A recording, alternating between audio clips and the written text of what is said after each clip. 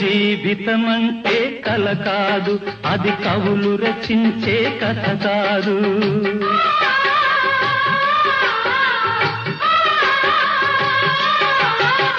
జీవితమంటే కల కాదు, అది కవులు రచించే కథ కాదు.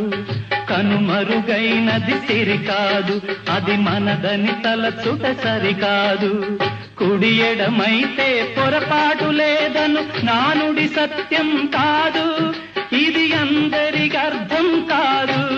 ఓ